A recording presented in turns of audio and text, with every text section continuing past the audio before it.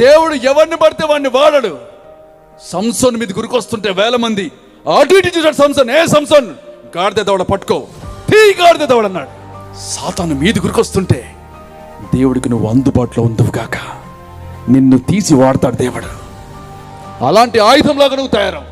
అలాంటి క్రైస్తవ జీవితం జీవించు. రోషం కలిగి బతుకు. ఎందుకండి అటు ఇటు ఇటు అటు సీరియల్, అటు ఇటు దుర్మార్గాలు, అబద్ధాలు, కక్షలు, దేశాలు, విమతలు పెట్టుకొని అటు దేవుడు ఇటు క్రీస్తు. కుదరదు కుదరదు కుదరదు కుదరదు. ఏదైనా ఒక్కటే. యేసుతో స్నేహం నాకెంతో భాగ్యం, యేసుతో జీవితం నాకొక వరం. యేసే నా